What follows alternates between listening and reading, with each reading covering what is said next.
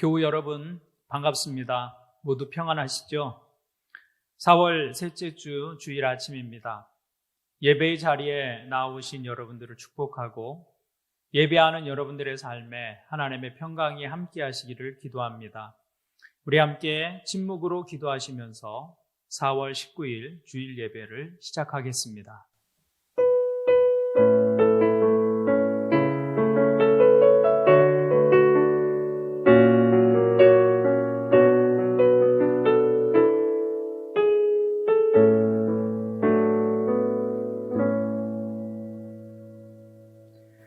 주님께서 날마다 좋은 생각을 주시며 밤마다 나의 마음에 교훈을 주시니 내가 주님을 찬양합니다.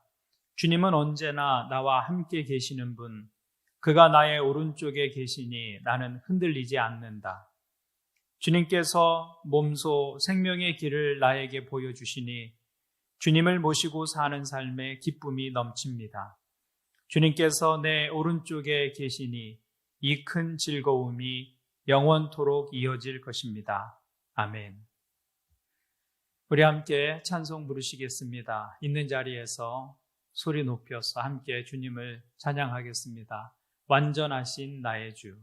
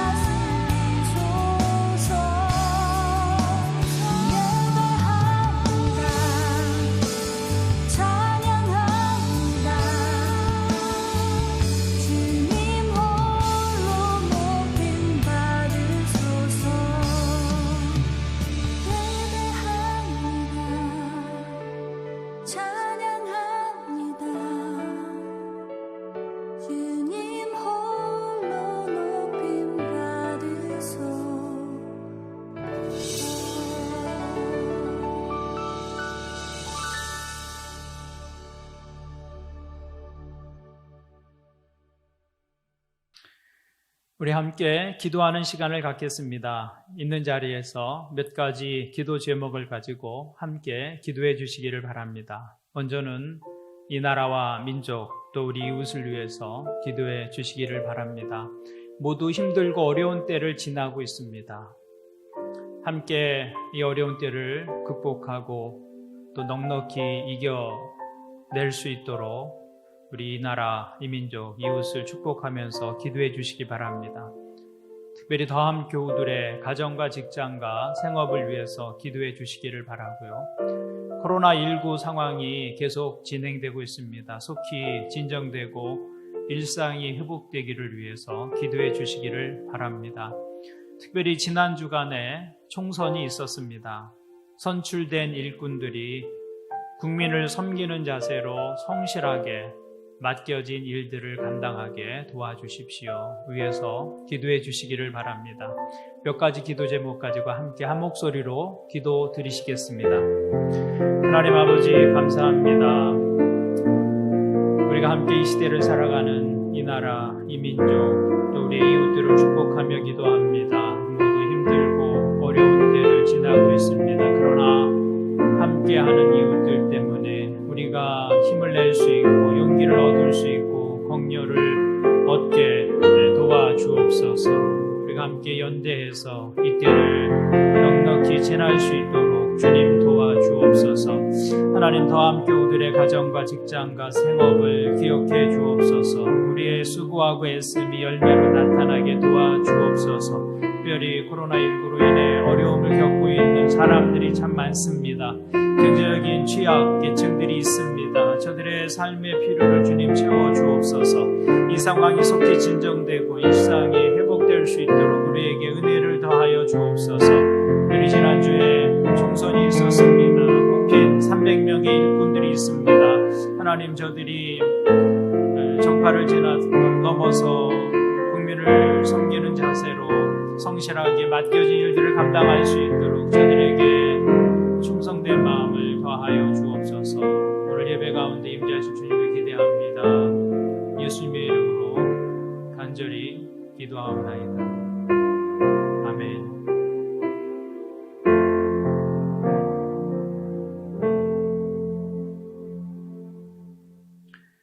우리를 대표해서 김조연 자매님이 기도해 주시겠습니다. 사랑의 하나님, 전 세계가 코로나19로 인하여 어려운 시기를 지나고 있습니다. 그 어느 때보다 함께 모이는 것에 대한 소중함을 절실하게 느끼고 있는 가운데 이렇게 온라인으로라도 모여 예배할 수 있게 하심을 감사드립니다. 한국은 이제 확진자 수가 많이 줄어드는 추세지만 외국에서는 아직도 확진자와 사망자들이 매일 많이 나오고 있습니다. 이 시간에도 목숨을 걸고 환자들을 치료하고 있는 의료진들의 희생과 수고를 기억하여 주시고 무엇보다 그들의 건강을 지켜주세요. 그리고 치료제 개발을 위해 밤낮으로 노력하고 있는 연구진들과 또 관련자들에게 지혜와 능력을 허락하여 주셔서 하루빨리 이 사태가 완전히 진정될 수 있게 주님 도와주세요. 서로를 멀리하고 경계하게 바쁜 요즘 부활의 삶을 살아내는 그리스도인으로서 배려와 섬김의 자세로 주변의 어려운 이웃들을 찾아보게 하시고 또한 적절한 방법으로 도움을 줄 수 있게 해주세요. 또한 힘들고 지친 마음들의 따뜻한 위로의 말과 관심으로 이 어려운 시기를 함께 잘 헤쳐나갈 수 있도록 저희를 사용하여 주세요. 점점 길어지는 코로나19 사태에 마음이 자꾸 불안해지고 두려워집니다. 주님의 평안을 저희에게 내려주시고 당신께 더 자주 가까이 나아가 이 두려운 마음에 흔들리지 않고 주어진 자리에서 최선을 다해 담대히 삶을 살아나갈 수 있게 해주세요. 사랑하는 우리 더함교회 모든 교인들과 가족들 건강 지켜주시고 이 모든 말씀 사랑이 많으신 예수 그리스도의 이름으로 기도드렸습니다. 아멘.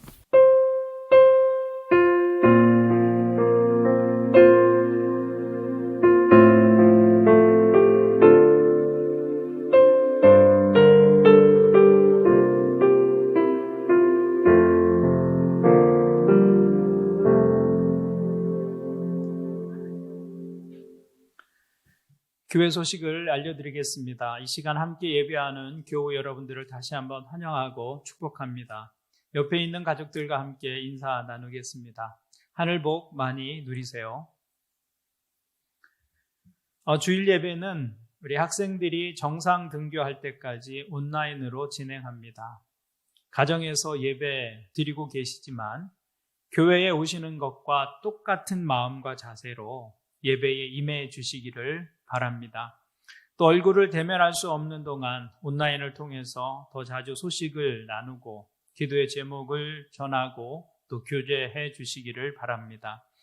하나님께 올려드리는 헌금은 교회 계좌를 통해서 드리시기를 바라고요. 또 신약 필사를 마치신 분들이 계십니다. 다시 모이는 주일에 제출할 수 있도록 잘 보관해 주시기를 바랍니다. 다음 주일 예배 순서 담당자를 알려드립니다. 주일 대표 기도는 문지연 자매님이 담당해 주시겠고요. 성경 봉독은 청소년부 박주원 학생이 담당해 주시겠습니다. 필요한 공지사항은 카톡을 통해서 계속 알려드리겠습니다. 이 상황이 속히 진정되고 회복되기를 위해서 계속 기도해 주시기를 바랍니다. 이제 하나님의 말씀을 함께 읽는 시간을 갖겠습니다. 오늘 우리에게 주시는 하나님의 말씀은 에스겔 33장 1절부터 20절 말씀입니다. 오늘 말씀은 청소년부 박동준 학생이 읽도록 하겠습니다. 교우들께서는 눈과 입으로 함께 읽어주시기를 바랍니다. 주님께서 나에게 말씀하셨다. 사람아, 너는 내 민족의 자손 모두에게 전하여라. 너는 그들에게 말하여라. 만일 내가 어떤 나라에 전쟁을 이르게 할 때에 그 나라 백성이 자기들 가운데서 한 사람을 뽑아서 파수꾼으로 세웠다고 하자. 이 파수꾼은 자기 나라로 적군이 접근하여 오는 것을 보고 나팔을 불어 자기 백성에게 경고를 하였는데도 어떤 사람이 그 나팔 소리를 분명히 듣고서도 경고를 무시해서 적군이 이르러 그를 접지면 그가 죽은 것은 자기 탓이다. 그는 나팔 소리를 듣고서도 그 경고를 무시했으니 죽어도 자기 탓인 것이다. 그러나 파수꾼의 나팔 소리를 듣고서 경고를 받아들인 사람은 자기의 목숨을 건질 것이다. 그러나 만일 그 파수꾼이 적이 가까이 오는 것을 보고서도 나팔을 붙지 않아서 그 백성이 경고를 받지 못하고 적군이 이르러 그들 가운데 어떤 사람을 덮쳤다면 죽은 사람은 자신의 죄 때문에 죽은 것이지만 그 사람이 죽은 책임은 내가 파수꾼에게 묻겠다. 너 사람아, 내가 너를 이스라엘 족속의 파수꾼으로 세웠다. 그러므로 너는 내가 하는 말을 듣고 나를 대신하여 그들에게 경고하여라. 내가 악인에게 말하기를 너는 반드시 죽을 것이다 하였는데도 네가 그 악인에게 말하여 그가 악한 길을 버리고 떠나도록 경고하지 않으면 그 악인은 자신의 죄가 있어서 죽을 것이지만 그 사람이 죽은 책임은 너에게 묻겠다. 내가 악인에게 그의 길을 해서 떠나서 거기에서 돌이키도록 경고하였는데도 그가 자신의 길에서 돌이키지 않으면 그는 자신의 죄 때문에 죽지만 너는 목숨을 보존할 것이다. 그러므로 너 사람아, 너는 이스라엘 족속에게 전하여라. 그들이 말하기를 우리의 온갖 허물과 우리의 모든 죄악이 우리를 짓눌러서 우리가 그 속에서 기진하여 죽어가고 있는데 어떻게 우리가 살 수 있겠는가 하였다. 너는 그들에게 전하여라. 나 주 하나님의 말이다. 내가 내 삶을 두고 맹세한다. 나는 악인이 죽는 것을 기뻐하지 않고 오히려 악인이 그의 길에서 돌이켜 떠나 사는 것을 기뻐한다. 너희는 돌이켜라. 너희는 그 악한 길에서 돌이켜 떠나거라. 이스라엘 족속아, 너희는 왜 죽으려고 하느냐 하여라. 너 사람아, 내 민족의 자손 모두에게 전하여라. 의인이라고 해도 죄를 짓는 날에는 과거의 의가 그를 구원하지 못하고 악인이라고 해도 자신의 죄악에서 떠나 돌이키는 날에는 과거의 악이 그를 넘어뜨리지 못한다고 하여라. 그러므로 의인도 범죄하는 날에는 과거에 의로웠다는 것 때문에 살 수는 없다.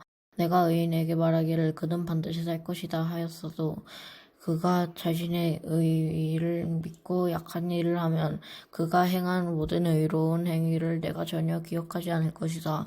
그는 그가 범한 바로 그 죄 때문에 죽을 것이다.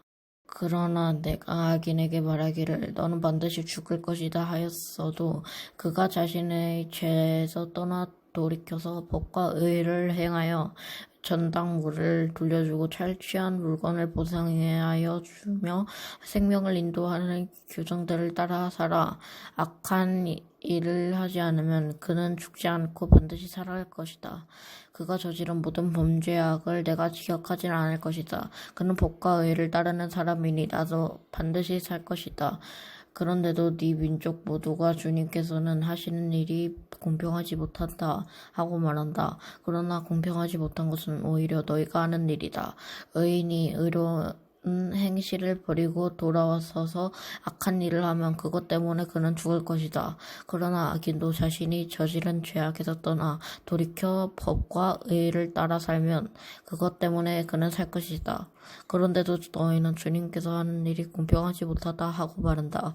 이스라엘 족속아, 나는 너희 각 사람이 한 일에 따라서 너희를 심판하겠다. 아멘. 함께 읽은 말씀을 가지고 파수꾼의 사명이라는 제목으로 말씀을 전해드리려고 합니다. 에스겔은 포로 시대에 바벨론에서 활동했던 제사장 출신의 예언자입니다. BC 597년에 바벨론 제국이 예루살렘을 침략합니다. 이때 예루살렘 성이 함락되고 많은 유대인들이 바벨론으로 포로로 끌려가게 되는데요. 에스겔도 이때 바벨론으로 끌려간 것으로 추정이 됩니다. 에스겔은 포로로 끌려간 땅에서 이스라엘의 회복을 예언했던 선지자였습니다. 오늘 말씀은 에스겔이 이스라엘의 영적인 파수꾼으로 부름을 받는 장면을 기록하고 있습니다. 구약 성경에서 예언자들은 종종 파수꾼에 비유되곤 했습니다. 적의 공격을 알아채고 경고하는 파수꾼처럼 사람들의 영적인 상황과 윤리적 형편을 살피고 경고하는 일을 했기 때문에 예언자들을 파수꾼에 비유했던 것이죠. 7절 말씀을 보면 하나님께서 에스겔을 부르신 장면을 이렇게 기록하고 있습니다. 너 사람아, 내가 너를 이스라엘 족속의 파수꾼으로 세웠다. 그러므로 너는 내가 하는 말을 듣고 나를 대신하여 그들에게 경고하여라. 하나님은 에스겔을 이스라엘의 파수꾼으로 부르셨습니다. 적의 출현을 알리는 파수꾼처럼 하나님의 심판이 임박했음을 알리는 것이 에스겔의 역할이었습니다. 파수꾼은 성을 지키는 사람이죠.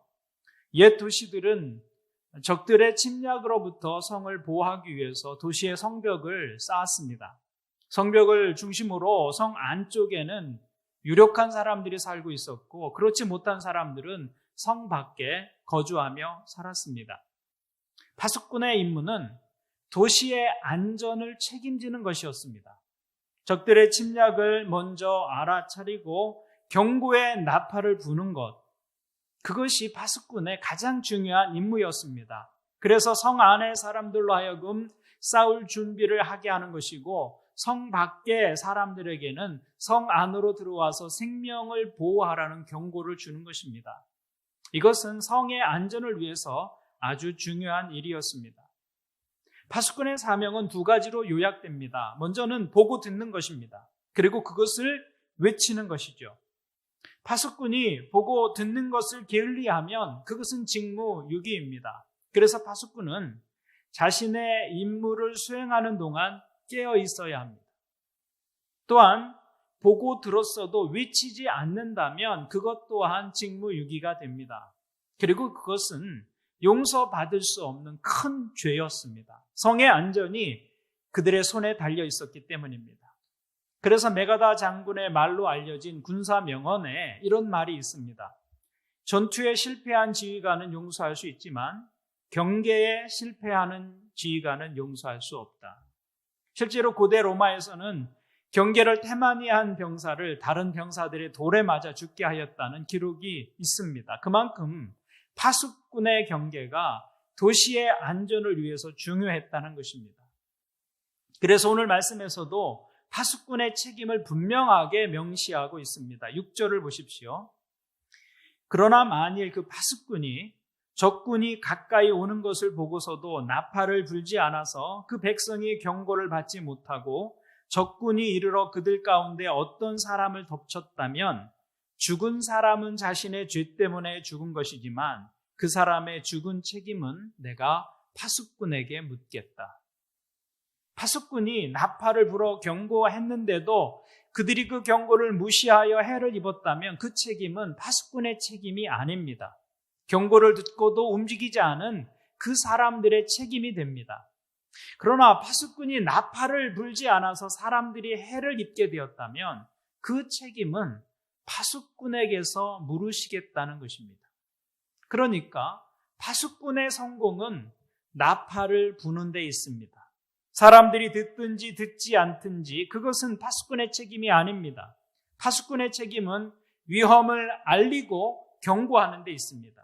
그러므로 파수꾼에게 있어서 가장 큰 죄는 침묵하는 것입니다. 보고 들었음에도 말하지 않는 것이죠. 그것이 파수꾼의 죄입니다. 그런데 바로 그것이 세상을 향한 하나님의 백성들의 책임이라는 것입니다. 하나님은 에스겔을 이스라엘 백성들을 위한 영적인 파수꾼으로 세웠습니다. 하나님께로부터 들은 경고의 말씀을 백성들에게 전하는 것이 에스겔의 임무였죠. 그런데 하나님은 오늘 우리 시대에도 세상을 위해서 파수꾼을 세우고 계신다는 것입니다.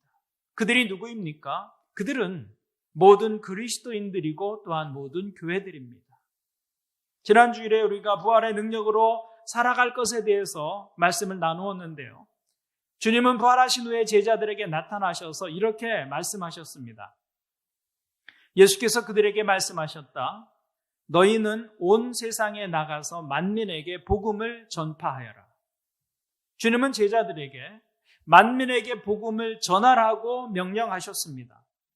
복음을 제자들에게 맡기신 것입니다. 그리고 그 복음의 명령 속에 이 땅의 모든 교회와 그리스도인들이 세상을 향한 파수꾼의 사명을 감당해야 할 이유가 있습니다. 그것은 복음이 가진 메시지 때문입니다. 파수꾼은 사람들의 안전을 위해서 칼의 위험을 외치는 사람입니다. 위험을 경고하는 것이죠. 그런데 복음에는 칼의 위험이 내포되어 있습니다. 그래서 복음을 전하는 사람을 파수꾼에 비유할 수 있는 것입니다. 여러분, 복음이 무엇입니까? 복음의 내용을 요약하면 사람은 한 사람도 예외 없이 죽음을 향해 가고 있고 그 마지막 날에 우리를 평가하실 하나님 앞에 서게 된다는 것입니다. 문제는 모든 사람은 완벽하지 못하다는 것입니다. 모두 자신의 불완전함과 허물과 죄를 짊어지고 하나님 앞에 서야 합니다. 그 하나님 앞에서 의롭다고 인정받을 수 있는 사람은 한 사람도 없습니다. 그래서 하나님의 은혜가 아니면 살 수 없다. 그것이 인간을 향한 성경의 선언입니다. 인간에게는 이 죽음의 문제와 죄의 문제를 해결할 어떤 능력도 어떤 방법도 없습니다. 이것이 인간의 최대의 고민입니다. 그런데 하나님께서는 죄인들을 사랑하셔서 우리가 그 죄와 심판으로부터 자유함을 얻을 수 있는 길을 마련해 주셨습니다. 그 길은 바로 예수 그리스도이십니다. 그분을 통해서 나타난 하나님의 사랑을 세상에 전해주는 것, 그분의 사랑을 세상에 알도록 하는 것, 그것이 모든 교회와 그리스도인들의 사명입니다. 세상은 이 소식을 들어야 하는 것이죠. 우리는 누군가를 통해서 그 소식을 전해 들은 사람들입니다. 그런데 우리가 알게 된 그 복음을 우리만 알고 그 소식을 듣지 못한 사람들에게 감추고 있다면, 그래서 그 사람들이 하나님의 사랑에 대해서 알 수 있는 기회도 갖지 못한 채 하나님 앞에 서게 되었다고 한다면 그 일에 대해서 우리가 책임이 없다고 말할 수 있겠는가? 그럴 수 없다는 것입니다. 그 일에 대해서 하나님은 분명하게 말씀하셨습니다. 만일 그 파수꾼이 적군이 가까이 오는 것을 보고서도 나팔을 불지 않아서 그 백성이 경고를 받지 못하고 적군이 이르러 그들 가운데 어떤 사람을 덮쳤다면 그 사람이 죽은 책임은 내가 파수꾼에게서 묻겠다. 그것이 파수꾼의 책임입니다. 파수꾼의 책임은 알게 되고 보게 된 것을 전하는 것입니다. 그 소식에 어떻게 반응하는가 하는 것은 들은 사람의 책임입니다. 그러나 알고도 전하지 않는다면 그 결과는 파수꾼의 책임이라는 것입니다. 그래서 파수꾼의 가장 큰 죄는 침묵하는 것입니다. 저는 우리 교회와 우리 교우들이 우리가 들은 복음에 대해서 침묵하지 않는 사람들이 되기를 바랍니다. 그것이 우리가 이 땅에 존재하는 중요한 이유 가운데 하나입니다. 교회 생활을 하면서 안타까운 것은 평생 자기 한계를 벗어나지 못하는 사람들이 많다는 것입니다. 많은 그리스도인들이 자기에 갇혀서 삽니다. 자기 때문에 살다가 자기 때문에 죽습니다. 평생 자기라는 테두리를 벗어나지 못하는 것이죠. 자기 필요만 채울 줄 알았지 남에게 시선을 두지 않습니다. 그것은 그리스도인의 올바른 삶의 모습이 아닙니다. 우리가 하나님께서 주신 영원한 생명과 기쁨을 진정으로 누리고 있다면 우리의 관심은 그것을 알지 못하는 다른 사람에게로 옮겨져야 하는 것이죠. 우리가 주님을 알게 된 것은 누군가가 주님에 대해서 침묵하지 않았기 때문입니다. 그것이 파수꾼의 책임입니다. 이제 복음을 알게 된 우리가 그 복음의 파수꾼으로 살아야 한다는 것, 그것을 기억해야 할 것입니다. 그러면 하나님께서 에스겔에게 주신 메시지가 무엇이었습니까? 에스겔은 이스라엘의 영혼의 파수꾼으로서 어떤 메시지를 전해야 했을까요? 그 메시지가 11절부터 15절에 기록되어 있습니다. 11절을 보시면 너는 그들에게 전하여라. 나 주 하나님의 말이다. 내가 내 삶을 두고 맹세한다. 나는 악인이 죽는 것을 기뻐하지 않고 오히려 악인이 그 길에서 돌이켜 떠나 사는 것을 기뻐한다. 너희는 돌이켜라. 너희는 그 악한 길에서 돌이켜 떠나거라. 이스라엘 족속아 너희는 왜 죽으려고 하느냐 하여라. 너 사람아 내 민족의 자손 모두에게 전하여라.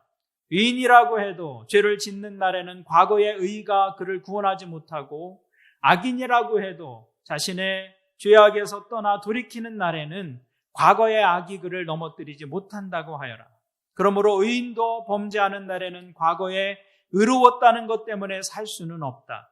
내가 의인에게 말하기를 그는 반드시 살 것이다 하였어도 그가 자신의 의를 믿고 악한 일을 하면 그가 행한 모든 의로운 행위를 내가 전혀 기억하지 않을 것이다. 그는 그가 범한 바로 그 죄 때문에 죽을 것이다. 그러나 내가 악인에게 말하기를 너는 반드시 죽을 것이다 하였어도 그가 자기의 죄에서 떠나 돌이켜서 법과 의를 행하여 전당물을 돌려주고 탈취한 물건을 보상하여 주며 생명으로 인도하는 규정들을 따라 살아 악한 일을 하지 않으면 그는 죽지 않고 반드시 살 것이다. 오늘 이 말씀 속에는 인간을 향한 하나님의 마음이 담겨 있습니다. 11절을 보십시오. 나 주의 말이다. 내가 내 삶을 두고 맹세한다. 나는 악인이 죽는 것을 기뻐하지 않고 오히려 악인이 그의 길에서 돌이켜 떠나 사는 것을 기뻐한다. 너희는 돌이켜라. 너희는 그 악한 길에서 돌이켜 떠나거라. 이스라엘 족속아 너희는 왜 죽으려고 하느냐. 이것이 하나님의 마음이라는 것입니다. 하나님께서 기뻐하시는 것은 악인을 심판하는 것이 아닙니다. 하나님께서 기뻐하시는 것은 악인이 그 길에서 돌이켜 회개하여 사는 것입니다. 그것이 죄인들을 향한 하나님의 간절한 기대입니다. 죄에서 떠나 살라, 악한 길에서 돌이켜 떠나거라. 그것이 에스겔이 외쳐야 할 메시지였습니다. 그런데 그렇게 외쳤는데도 죄에서 돌이키지 않는다면 그 삶은 하나님의 심판을 피할 수 없게 될 것입니다. 하나님은 인간을 향해서 자비를 가지고 계십니다. 하나님은 그 자비로 죄인들을 부르십니다. 그때 죄에서 돌이키는 길이 사는 길입니다. 그러나 돌이키지 않고 죄의 길을 끝까지 걷는 사람을 하나님은 모른 채 하시지 않는다는 것이죠. 하나님의 경고에도 불구하고 죄에 머물러 살면 결국 심판을 피할 길이 없다는 것입니다. 그것이 하나님의 공의의 속성입니다. 그러면 하나님은 우리를 심판하실 때 무엇을 기준으로 사람을 심판하실까요? 12절 말씀을 보면 그 기준을 이렇게 말씀하고 있습니다. 너 사람아, 내 민족의 자손 모두에게 전하여라. 의인이라고 해도 죄를 짓는 날에는 과거의 의가 그를 구원하지 못하고, 악인이라고 해도 자신의 죄악에서 떠나 돌이키는 날에는 과거의 악이 그를 넘어뜨리지 못한다고 하여라. 그러므로 의인도 범죄하는 날에는 과거에 의로웠다는 것 때문에 살 수는 없다. 하나님의 기준은 분명합니다. 오늘이 기준입니다. 그래서 의인이라도 과거에 행한 의로 오늘을 살 수 없습니다. 또한 악인이라고 해도 죄에서 돌이켜 오늘을 의롭게 산다면 과거의 악으로 심판받지 않는다는 것입니다. 하나님의 기준은 오늘입니다. 지난 월요일에 큐티 본문이 오늘 말씀이었습니다. 묵상을 올리면서 라떼는 마리아라는 유행어를 사용했더니 제 아내가 저 몰래 아이들에게 왜 갑자기 라떼 이야기를 하느냐 이렇게 물었다고 해요. 세대 차이를 많이 느꼈습니다. 종종 라떼는 마리아 하면서 과거를 말하는 사람들이 있습니다. 과거를 말하는 사람치고 그 과거에 형편이 없었던 사람은 없습니다. 그때는 다 좋았고 괜찮았고 훌륭했었습니다. 그것이 라떼는 마리아라고 말씀하시는 사람들의 모습입니다. 그런데 과거에 대한 칭찬은 칭찬이 아닙니다. 옛날엔 잘생겼었는데 칭찬이 아닙니다. 예전엔 성격이 참 괜찮았는데 칭찬이 아니죠. 옛날엔 꽤 살았었는데 칭찬이 될 수 없습니다. 그러니까 옛날에 좋았던 때를 말하는 것은 의미가 없습니다. 믿음은 현재이고 인생은 오늘을 사는 것입니다. 그래서 하나님은 우리가 과거에 어떤 사람이었는지를 중요하게 생각하시지 않습니다. 하나님의 관심은 지금 그가 어떤 사람인가에 있습니다. 하나님의 기준은 과거의 내가 아니라 오늘의 나입니다. 지금 나는 어떻게 살고 있는가? 그것이 내 믿음의 정직한 모습입니다. 그렇다고 과거가 의미 없다는 말은 아닙니다. 과거가 의미가 있고 중요하긴 합니다. 그래서 하나님은 종종 믿음의 기념물을 세우라고 말씀하셨습니다. 과거를 기억하라는 요구입니다. 요단강에서 사람들이 기적적으로 그 땅을 건넜을 때 하나님은 요단강에 그 돌들을 가지고 나오라고 말씀하셨고 요단강에서 들고 나온 돌들로 탑을 만들어 후손들에게 기념물로 전해주라고 말씀하셨습니다. 광야에서 먹던 만나, 시내산에서 받은 십계명 돌판을 언약궤 안에서 넣어서 보관하라고 말씀하셨습니다. 기념물로 후손들에게 전해주라는 것이죠. 그것들은 다 과거의 기념물들입니다. 믿음의 과정에서 우리는 이런 기념물들을 가질 수 있습니다. 그 기념물은 과거의 어느 시점에 하나님께서 내 삶에 개입하셨고 일하신 증거입니다.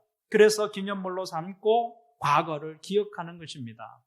그런데 그 초점이 과거에 있는 것이 아닙니다. 하나님께서 과거를 기억할 기념물을 만들라고 하셨을 때에도 초점은 언제나 현재에 있는 것입니다. 우리의 믿음은 기억을 바탕으로 자랍니다. 하나님에 대한 기억의 크기가 믿음의 크기가 됩니다. 그래서 기억하는 것이 중요합니다. 힘들 때, 삶의 피곤이 몰려올 때, 절망이 찾아올 때, 고난의 때에는 더욱 그 기억을 붙들어야 할 때입니다. 그런데 기억을 붙든다는 말은 과거의 향수와 추억의 잠기라는 말이 아닙니다. 기억을 붙든다는 말은 과거의 하나님을 내 삶의 현재로 모셔오는 것입니다. 그 기억을 매개로 어제의 믿음이 오늘의 믿음이 되게 하는 것이죠. 중요한 것은 기억을 통해서 과거의 하나님이 오늘의 하나님이 되게 하는 것입니다. 그래서 그런 믿음의 기념물조차 오늘을 믿음으로 살기 위한 장치들이었다라는 것입니다. 중요한 것은 그래서 지금 어떻게 살고 있느냐 하는 것입니다. 어제의 의가 오늘의 죄를 정당화할 수 없고 과거의 죄 때문에 오늘의 회개와 돌아섬이 무시되는 것이 아닙니다. 하나님 앞에서 중요한 것은 그래서 지금 어떻게 살고 있는가 하는 것입니다. 오늘 나의 믿음은 하나님의 공평과 정의를 따르고 있는가?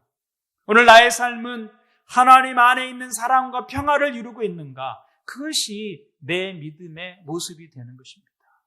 그래서 믿음은 언제나 현재여야 하는 것이죠. 믿음은 은행의 잔고와 같습니다. 과거에 얼마가 있었는지는 아무런 의미가 없습니다. 중요한 것은 현재의 잔고입니다.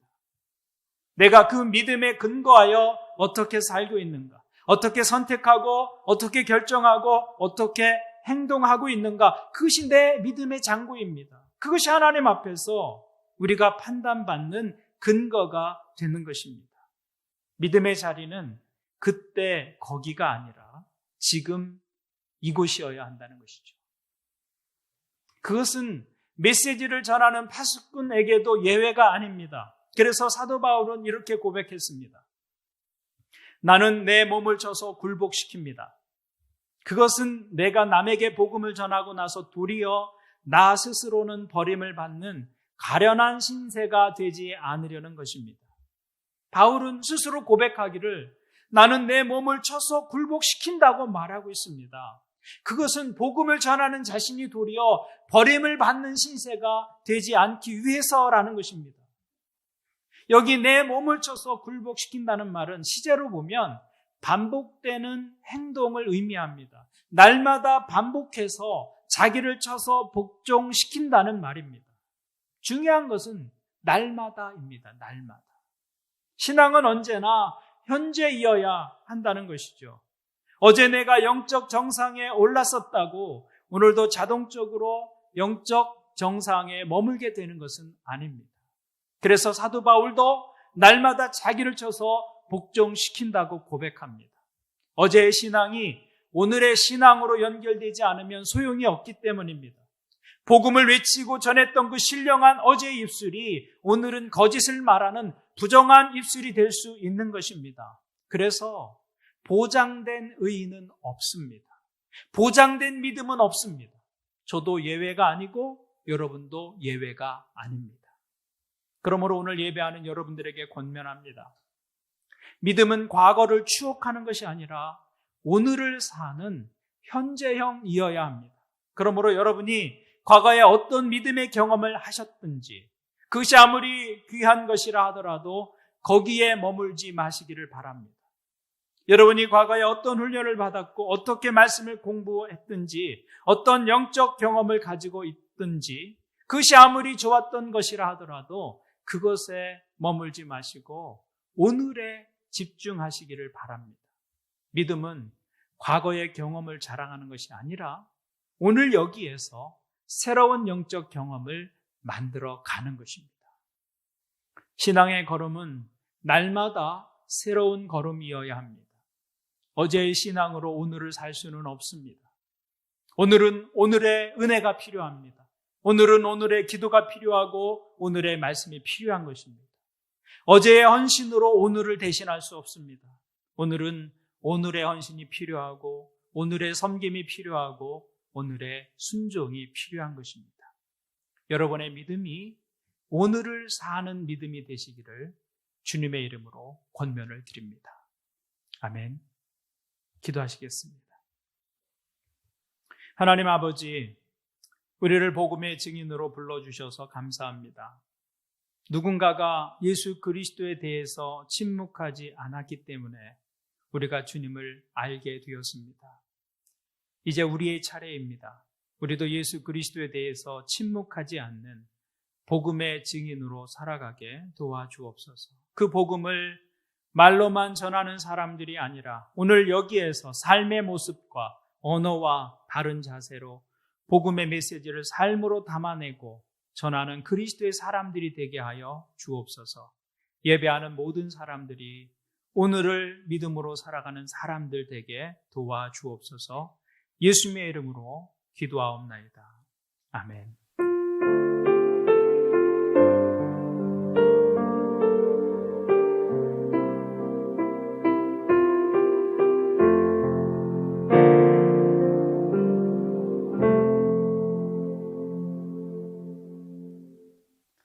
우리 함께 찬양하시겠습니다. 우리 보좌 앞에 모였네.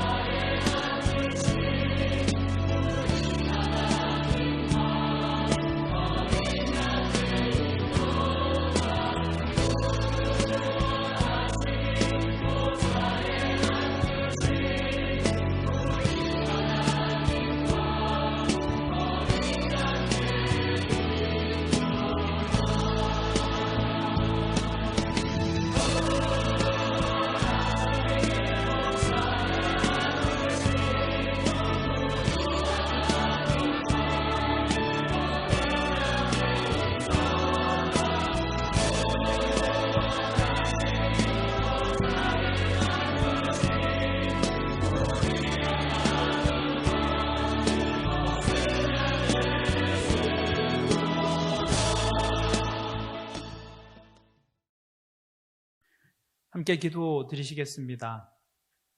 이제 평안한 마음으로 세상에 돌아가십시오. 선한 일에 용기를 가지시며 악을 악으로 갚지 마십시오.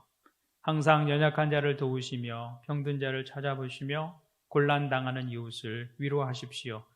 모든 사람을 존경으로 대하시며 주님께 봉사하고 주님을 사랑하십시오. 모든 일을 믿음과 사랑으로 행하시며 어떠한 일에도 소망을 포기하지 마십시오. 그리고 거룩하신 성령님께 순종하여 기쁨과 감사의 생활을 해 나가십시오. 우리 하나님 아버지께서는 여러분을 항상 도와주실 것입니다.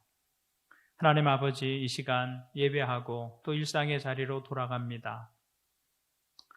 예배를 통해 주님께 드린 우리의 마음, 우리의 정성을 받아 주옵소서. 또 귀한 물질을 통해 헌신하는 사람들이 있습니다. 하나님이 우리의 삶의 필요를 공급해 주신 것이지만 내 것으로 다 삼지 않고 선한 일과 하나님 나라의 일을 위해서 귀하게 드리는 손길들을 기억해 주옵소서. 드리는 손길마다 하나님의 풍성하신 공급함이 있게 도와 주옵소서. 특별히 이 시간 하나님의 은혜로 치유가 필요한 육체를 고쳐 주옵소서. 마음의 고통과 깊은 상처를 만져주시고 회복시켜 주옵소서. 다친 관계가 회복되게 하시고 묶인 상황과 환경들이 풀리는 은혜를 우리 가운데 더하여 주옵소서. 이제는 우리 주 예수 그리스도의 은혜와 하나님의 크신 사랑과 성령님의 임재와 교제가 지금 여기에서 복음에 합당한 삶을 통해 그리스도의 증인으로 살아가기를 소원하는 하나님의 자녀들과 이 땅 가운데 함께 하시기를 간절히 축원하옵나이다. 아멘.